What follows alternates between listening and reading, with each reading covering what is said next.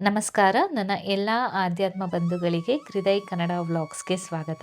ಇವತ್ತಿನ ಈ ವಿಡಿಯೋದಲ್ಲಿ ಧನತ್ರಯೋದಶಿ ಹಬ್ಬವನ್ನು ಯಾವಾಗ ಆಚರಣೆ ಮಾಡಬೇಕು, ಯಾವ ಸಮಯದಲ್ಲಿ ಪೂಜೆಯನ್ನು ಮಾಡಬೇಕು, ಅದರ ಹಿಂದಿನ ಕಥೆ ಏನು, ಮಹಿಮೆ ಏನು, ಎಲ್ಲದರ ಬಗ್ಗೆ ಮಾಹಿತಿಯನ್ನು ತಿಳ್ಕೊಳ್ಳೋಣ.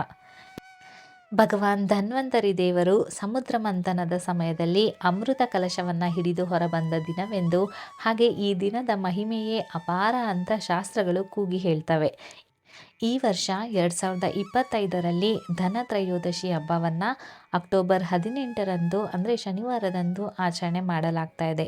ಈ ಪವಿತ್ರ ದಿನವನ್ನು ಧನ್ವಂತರಿ ದೇವನ ಜನ್ಮದಿನ ಅಂತಲೂ ಹಾಗೆಯೇ ದೀಪಾವಳಿಯ ಮೊದಲ ದಿನ ಅಂತ ಭಕ್ತರು ನಾವೆಲ್ಲರೂ ಕೂಡ ಆಚರಣೆ ಮಾಡ್ತೀವಿ.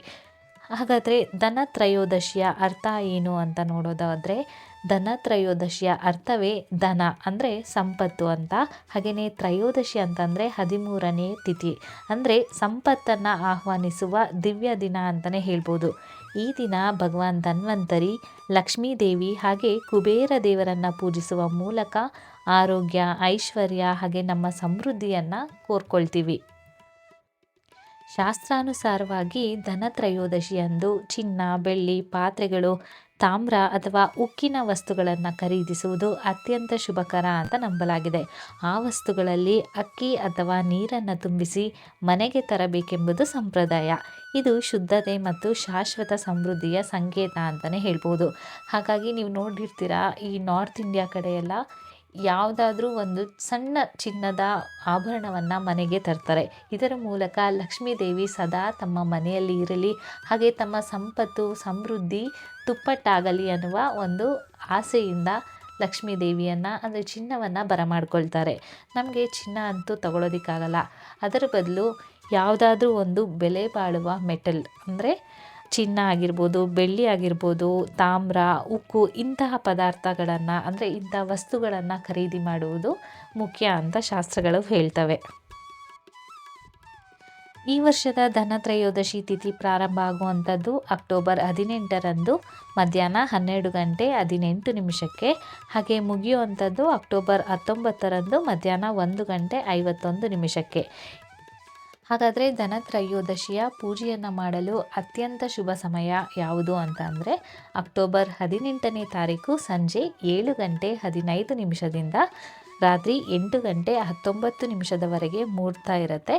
ಆ ಟೈಮಲ್ಲಿ ನೀವು ಧನತ್ರಯೋದಶಿಯ ಪೂಜೆಯನ್ನು ಮಾಡಬಹುದು. ಇನ್ನು ಧನತ್ರಯೋದಶಿಯ ದಿನ ಬೆಳಗ್ಗೆ ಬೇಗನೆ ಎದ್ದು ಸ್ನಾನವನ್ನು ಮಾಡಿ ಮನೆಯನ್ನು ಸ್ವಚ್ಛಗೊಳಿಸಿ ಹೂವು ಮತ್ತು ರಂಗೋಲಿಯಿಂದ ಅಲಂಕರಿಸಿ, ಇನ್ನು ಸಂಜೆ ವೇಳೆಯಲ್ಲಿ ದೀಪವನ್ನು ಬೆಳಗಿಸಿ ಲಕ್ಷ್ಮೀದೇವಿ, ಕುಬೇರ ದೇವರು ಹಾಗೆ ಧನ್ವಂತರಿ ದೇವರಿಗೆ ಷೋಡಶೋಪಚಾರ ಪೂಜೆ ಮಾಡುವುದು ಅತ್ಯಂತ ಶ್ರೇಷ್ಠ ಅಂತ ಕೂಡ ಹೇಳ್ತಾರೆ. ಹಾಗಾಗಿ ಇದನ್ನು ಮಿಸ್ ಮಾಡ್ಕೊಳ್ಬೇಡಿ. ಇನ್ನು ಪೂಜೆಯನ್ನು ಮಾಡಬೇಕಾದ್ರೆ ಅಥವಾ ಇಡೀ ದಿನ ನೀವು ಕೆಲವು ಮಂತ್ರಗಳನ್ನು ಪಠಣೆ ಮಾಡ್ತೀರಾ ಅಂತಂದರೆ ಒಂದಷ್ಟು ಮಂತ್ರಗಳು ನಾನು ಇಲ್ಲಿ ತಿಳಿಸ್ಕೊಡ್ತೀನಿ. ಮೊದಲನೇ ಮಂತ್ರ ಓಂ ಧನ್ವಂತರಿಯೇ ನಮಃ. ಇದು ಇಡೀ ದಿನ ನೀವು ಪಠಣೆ ಮಾಡ್ತಾ ಇರಬಹುದು. ಇನ್ನೊಂದು ಎರಡನೇ ಮಂತ್ರ ಓಂ ಶ್ರೀ ಧನ್ವಂತರಿಯೇ ನಮಃ. ಮೂರನೇ ಮಂತ್ರ ಓಂ ಹ್ರೀಂ ಶ್ರೀಂ ಹ್ರೀಂ ಕಮಲೇ ಕಮಲಾಲಯೇ ಪ್ರಸಿದ್ಧ. ಇನ್ನು ನಾಲ್ಕನೇ ಮಂತ್ರ ಓಂ ಶ್ರೀಂ ಶ್ರೀಂ ಶ್ರೀಂ ಮಹಾಲಕ್ಷ್ಮ್ಯೈ ನಮಃ. ಐದನೇ ಮಂತ್ರ ಓಂ ನಮೋ ಭಗವತೆ ವಾಸುದೇವಾಯ ಧನ್ವಂತರಯೇ ಅಮೃತ ಕಲಶಹಸ್ತಾಯ ಸರ್ವಾಮಯ ವಿನಾಶನಾಯ ತ್ರೈಲೋಕ್ಯನಾಥಾಯ ಶ್ರೀ ಮಹಾವಿಷ್ಣವೇ ನಮಃ. ಈ ಮಂತ್ರವನ್ನು ಮತ್ತೊಂದು ಸಲ ಹೇಳ್ತೀನಿ. ಓಂ ನಮೋ ಭಗವತೆ ವಾಸುದೇವಾಯ ಧನ್ವಂತರಯೇ ಅಮೃತ ಕಲಶಹಸ್ತಾಯ ಸರ್ವಾಮಯ ವಿನಾಶಾಯ ತ್ರೈಲೋಕ್ಯನಾಥಾಯ ಶ್ರೀ ಮಹಾವಿಷ್ಣವೇ ನಮಃ. ಇನ್ನು ಪೂಜೆಯ ಕೊನೆಯಲ್ಲಿ ಯಮದೀಪ ಹಚ್ಚುವುದು ಕೂಡ ಮಹತ್ತರ ಸಂಪ್ರದಾಯ ಅಂತಲೇ ಹೇಳ್ಬೋದು. ಇದು ಯಮನ ಕೃಪೆಯನ್ನು ಪಡೆದು ಕುಟುಂಬಕ್ಕೆ ದೀರ್ಘಾಯುಷ್ಯ ಮತ್ತು ರಕ್ಷಣೆಯನ್ನು ನೀಡುತ್ತದೆ ಅನ್ನುವ ಒಂದು ನಂಬಿಕೆ ಅಂತ ಹೇಳಲಾಗಿದೆ. ಇನ್ನು ಧನತ್ರಯೋದಶಿಯು ಕೇವಲ ಸಂಪತ್ತಿನ ಹಬ್ಬ ಮಾತ್ರವಲ್ಲದೆ ನಮ್ಮ ಆರೋಗ್ಯ, ಆಯುರ್ವೇದ ಹಾಗೆ ಜೀವನದ ಸಮತೋಲನದ ಹಬ್ಬವೂ ಕೂಡ ಹೌದು ಅಂತಲೇ ಹೇಳ್ಬೋದು.